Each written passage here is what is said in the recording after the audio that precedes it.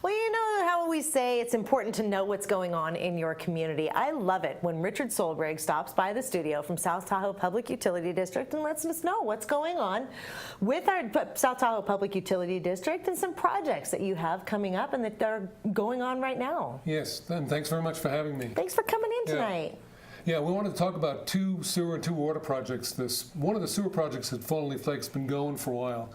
We just wanted to make sure, since it's so high profile, it's right by the marina down at the end of Fallen Leaf Lake, and we're rebuilding a pump station down there. So it's a good thing we're there. The pump station took a beating over the winter, so we're there keeping the sewage out of the lake. So if you see us down there, you don't have to worry about water skiing in the lake. There's no contamination. We're making sure it's not there.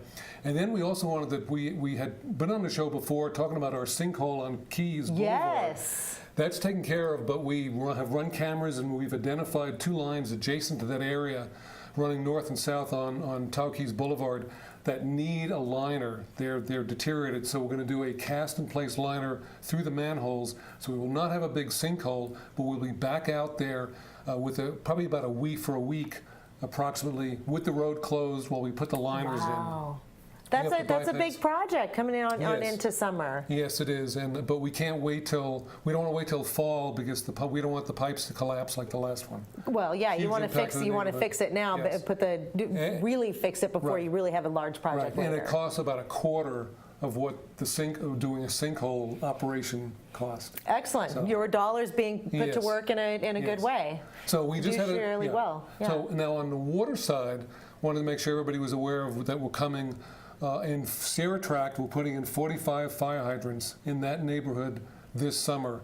And so the contractor should be mobilizing this week to be out there to do that work. We actually had a neighborhood meeting last Wednesday and about 24 people showed up. Good. So the letters we sent out to everybody, I guess, is working.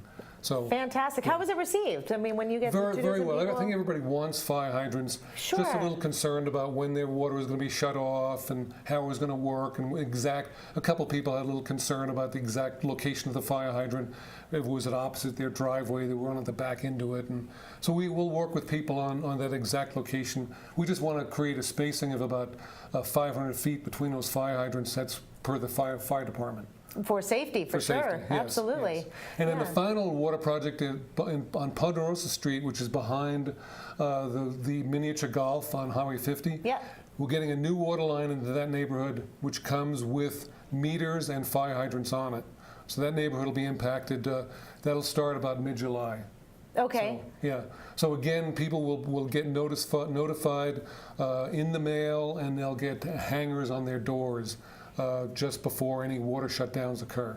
Okay, and is this information also available on the website? A lot of it is. You can go to our website, or if you can't find the information, call our main number, 544-6474, and they can direct you to the project manager.